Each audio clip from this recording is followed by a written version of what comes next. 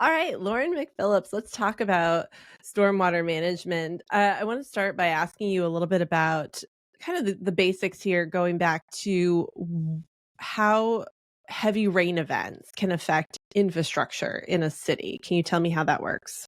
Yeah, so in cities, the way that we build out the places that we live in and work in and get around, they tend to be hard surfaces. So buildings, parking lots, roads.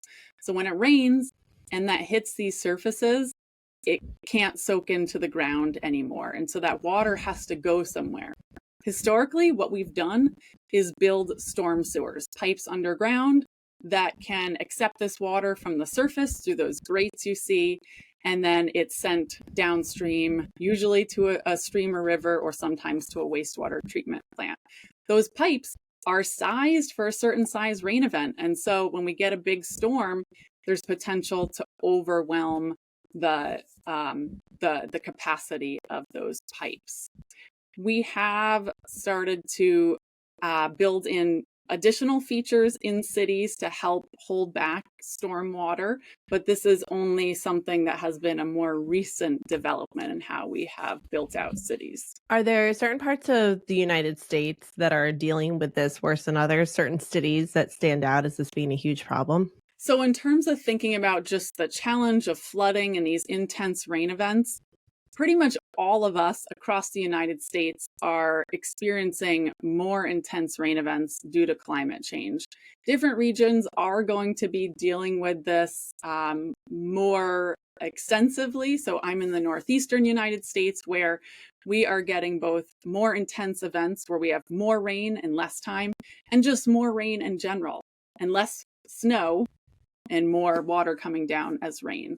So if you think about all of that, we have older cities where the sizing of those pipes underground was designed for what our climate used to look like. And when those cities were smaller, then you have these two factors coming together where we tend to be overwhelming the capacity of those pipes more often, and then water isn't able to get into the ground. And we have the flooding that we see lots of images of on news channels. And then the water that is making it through these pipes and out to streams and rivers, what's in that water? Is pollution a concern with this as well? Yeah, so in cities, we have a challenging cocktail of pollutants to deal with. So, for one, we're driving around in cars that have tires on them. We know we have to replace those tires. So, where's that rubber going?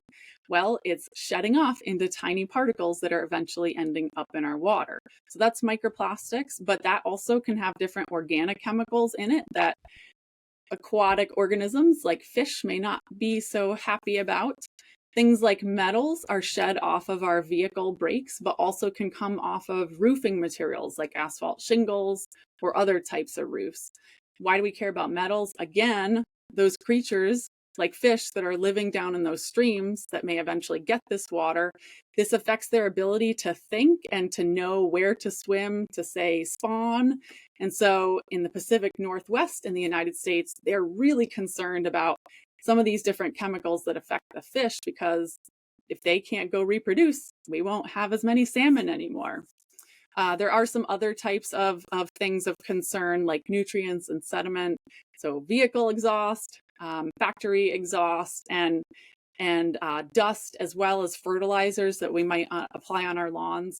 You can see that there is this huge diversity in the different stuff that eventually ends up in our stormwater. So we're probably not going to all just up and leave a city or abandon a city. So what's the solution here? Yeah, so that's a reality, right? We need somewhere to live and to be able to get around. And so that's why folks working in the sort of environmental engineering space are really thinking about solutions, right? We know the reality that we need to live somewhere, but how can we develop and do it in a way that we're minimizing these impacts? So when we just send the stormwater into the pipes and into the stream, and we're causing all this flooding and pollutants to be sent down, we realize that that's not great. So how can we hold back some of that water and treat it before it gets into these systems? So this is where with newer development, it generally is being required to build in some kind of stormwater management feature that can help to hold that water when it runs off the parking lot or capture it off the side of a road or as it's coming off a roof. And so it's slowing that water down to prevent that flood pulse downstream, but it's also helping to treat it. It's helping to remove some of those metals and these other sort of toxic pollutants that we don't want ending up in our stream. Is there any ability to use water to our advantage, kind of in the way that, say, like cities in, like the Netherlands do, like Amsterdam, they use it to their advantage as a way to move around. Is there possibility in that realm in the United States as well? Yeah, I don't know if we can quite achieve Amsterdam levels, but just in general, right? We can think about how can we use water to our benefit in some way? How can we live with this, understanding that we're getting more intense events? So thinking about turning stormwater into a resource, we can use rain barrels to capture that water or other rainwater harvesting systems to capture that water and use it for things like watering our gardens. Or people are trying to get more sophisticated and completely reuse that water into other parts of that a house's water system. Other things we can think about is if some of that water is being routed into features that are something like a rain garden. So this is like a vegetated feature that's capturing water, has a bunch of pretty plants in it. Now we're getting this aesthetic benefit from these plants that are supported by that stormwater. Have you seen any spots in the United States that have done a really good job of using green features to manage stormwater? I'd say that Portland, Oregon sticks out as a city that's done really well in this space. So this idea of using these nature-based solutions to manage stormwater is something that has been more in the last 2 or so decades. It's been evolving. And Portland had these issues where they have their storm water combining with sanitary wastewater. And so if they have overflows from their system, it's bad. It causes a lot of issues. So they had to get creative with how do we keep water out of our pipes altogether? And one option was we need to build giant storage systems underground.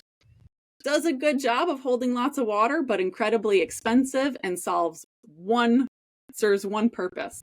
On the other hand, if they put all that money or a lot of that money into building out all of these green features like rain gardens and swales, they're keeping the storm water out of their underground pipe system, but they're also getting all these other benefits. And so they convinced they were, part of a few cities who were early on in trying to start exploring and adopting these approaches. And so they have stuck with it now for a few decades. And so have pretty extensive implementation of that. There's other cities, though, like Philadelphia, New York City, and others across the US that have really started to use these green stormwater features as well. Well, hopefully it'll become more widespread. Is there anything else you want to add?